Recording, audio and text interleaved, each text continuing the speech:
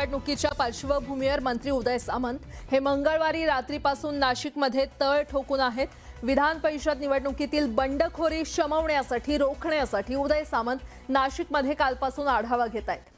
विधान परिषद निवडणुकीत नाशिकमध्ये महायुतीचे उमेदवार नरेंद्र दराडे यांच्या व्यतिरिक्त इतर 8 जणांनी अर्ज दाखल केलेले आहेत। तसंच भाजपचे बंडखोर गणेश गीते आणि गोकुळ गीते या गीते बंधूंनी शिवसेनेचे उमेदवार नरेंद्र दराडे यांच्या समोर तगडं आव्हान उभं केलंय। यावेळी बंडखोरांनी माघार घ्यावी यासाठी रात्री उशिरापर्यंत खलबत देखील रंगल्याची माहिती सूत्रांनी दिली आहे।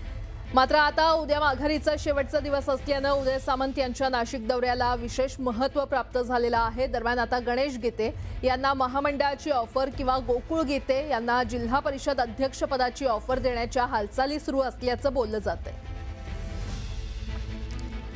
आणि या संदर्भात अधिक माहिती देत आहेत आमचे प्रतिनिधी लक्ष्मण घाटोळ आपल्यासोबत जोडले गेलेले आहेत। लक्ष्मण, उदय सामंत हे नाशिकमध्ये तळ ठोकून आहेत।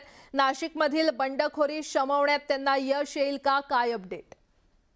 प्राजक्ता, आपण बघतोय विधान परिषदेच्या निवडणुकीची जोरदार राजकीय हालचाली ज्या आहेत त्या महाराष्ट्रात पाहायला मिळत आहे। नाशिकमध्ये देखील काल रात्री उशिरा उदय सामंत नाशिकमध्ये दाखल झाले। साधारणतः 8 वाजता ते विशेष विमानाने नाशिकच्या ओझर विमानतळावर उतरले आणि त्यानंतर त्यांनी भेटीगाठी सुरू केलेल्या आहे। केवळ बंडखोरांना शमवायचं नाहीये तर नरेंद्र दराडे यांना उमेदवारी दिल्यामुळे शिंदेच्या शिवसेनेमध्ये देखील अंतर्गत नाराजी पाहायला मिळाली। विशेषतः सुहास कांदे नाराज आहे। सुहास कांदे नांदगाव आणि मनमाड या भागातून आमदार म्हणून नेतृत्व करतात। इतकंच नाही तर या 2 नगर परिषदा नगरपालिका ज्या आहे आणि जिल्हा परिषद आहे तिथे जवळपास सुहास कांदे यांच्या मर्जीतलं 50 ते 60 इतकं मोठं मतदान त्यांच्याकडे आहे। त्यांची नाराजी ही त्यांच्या पक्षाच्याच शिंदेच्या सेनेचे उमेदवार नरेंद्र दराडे यांना परवडणारी नाहीये आणि त्यामुळे उदय सामंत नाशिकमध्ये आहे। इतकंच नाही तर भाजपचे बंडखोर गणेश गीते आणि त्यांचे बंधू गोकुळ गीते यांनी देखील एक तगडं आव्हान जे आहे ते शिंदेच्या सेनेचे उमेदवार यांच्या समोर उभं केलेलं आहे।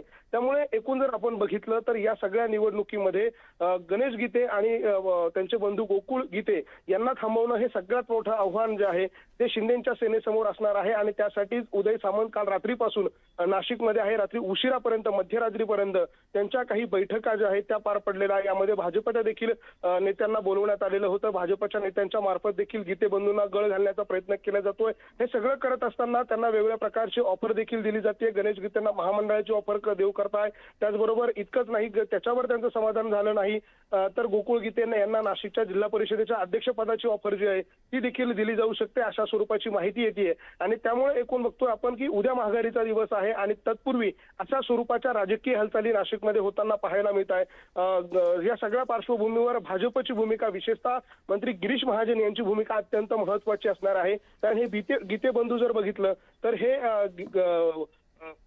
गिरीश महाजन यांचे निकटवर्तीय आहे आणि त्यामुळे गीते बंधूंना थांबवण्यासाठी यामध्ये गिरीश महाजनांची भूमिका महत्त्वाची असणार आहे। त्याचबरोबर तिकडे सुहास कांदे यांना देखील त्यांना रोखायचं आहे, त्यांची देखील नाराजी दूर करायची आहे। त्यामुळे हे सगळं करण्यासाठी उदय सामंत यांना यश मिळतं का हे बघणं महत्त्वाचं असणार आहे। साधारणतः 12 वाजेच्या सुमारास उदय सामंत या सगळ्या विषयावरती माध्यमांशी बोलतील अशा प्रकारची देखील माहिती आहे आणि त्यामुळे पुढच्या काही 2-3 तासात काही मोठ्या हालचाली होतात का हे सगळं बघणं महत्त्वाचं असणार आहे। ठीक आहे लक्ष्मण, अपडेट घेत राहू। तुर्तास धन्यवाद या संपूर्ण माहितीसाठी।